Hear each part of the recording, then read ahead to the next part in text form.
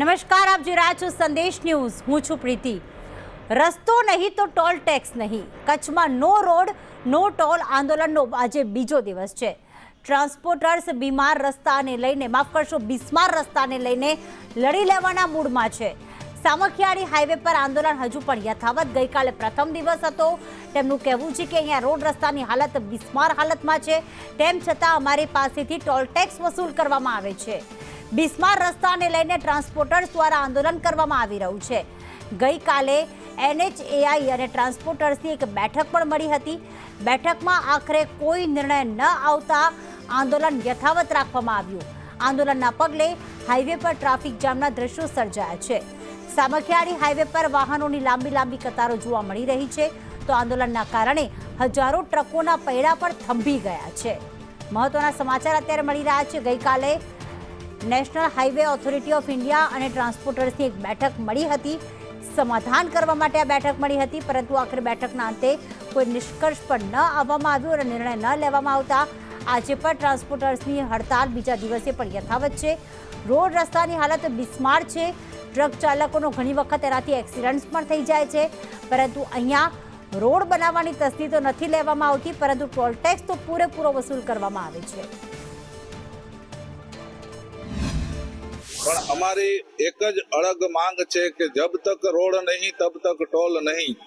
એ અમારી મુહિમ ઉપર અમે અડગ છીએ અને આ અમારી મુહિમ હજી પણ ચાલુ છે. નેશનલ હાઈવે ઓથોરિટીના અધિકારીઓએ અમને સવારે 8 વાગે એમના સુપીરિયર સાથે વાત કરી અને એની અંદર અમારા બધા ટ્રાન્સપોર્ટ ભાઈઓ, પત્રકાર મિત્રો અને ખાસ અમારા ડ્રાઈવર મિત્રોનો ખૂબ અમે ધન્યવાદ કરીએ છીએ કે જે એમનો સપોર્ટ મળ્યો છે કે રોડ ઉપર ઊભા રહીને એક પણ વસ્તુની અંદર તકલીફ ન આવે. અમે એટલા સુધી માઇક્રો મેનેજમેન્ટ કર્યું છે કે રોડની ઉપર કોઈ પણ વ્યક્તિ રાત્રે ભૂખ્યો સૂવે નહીં. ફૂડ પેકેટ, જમવા માટે 24 કલાક રસોડું, ચા, પાણી, નાસ્તો અમે અહીંયા કેમ્પ ઉપર બધું ચાલુ જ છે અમારું. મને ટ્રકોની જે દશા જોઈ છે, મારા પાસે વર્ષોથી ટ્રકો છે, પણ મારો પોતાનો ચાઇનેકલેનો વ્યવસાય હોવા છતાં હું આને સપોર્ટ કરું છું. અને આનો સપોર્ટ સૌ બધા કચ્છના જે નાગરિકો હોય એને બધાને સપોર્ટ કરવો જોઈએ. કારણ કે રોડ જેવો કોઈ નામ રહ્યો નથી કચ્છની અંદર. કચ્છ નહીં દેખા તો કુછ નહીં દેખા. એનું મતલબ શું? આવો કચ્છની અંદર ખાડા જોવા માટે કચ્છમાં જ દેખાવો હતો.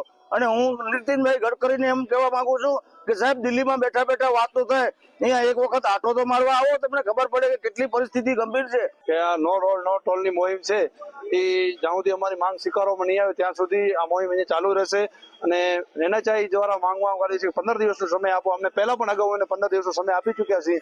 એટલે હવે અમે કોઈ સમય આપવા માંગતા નથી. અને યા તો ટોલ નાકા બંધ કરે અને યા તો રોડ બનાવવાની બાંધરી આપે કે રોડ બનશે પછી જ અમે टोल नाका आपसो इन्हें. ये बहुत अच्छा काम कर रखा है, कल से खड़े हैं लेकिन कोई सुनवाई नहीं हो रही है. अब ये टोल बंद कर रखे तो फायदा है इसमें, या तो पैसा नहीं लेना या फिर रोड बढ़िया चाहिए. ये नीतीश गडकरी तो कहता है हमने बहुत बढ़िया काम करवा दिया. काम कहाँ करवा दिया? बंद पड़े हैं तो रोड के खड्डे भरने चाहिए. नुकसान डबल जा रहा है, लोगों को परेशानी हो रही है, आम जनता परेशान है इसकी वजह से.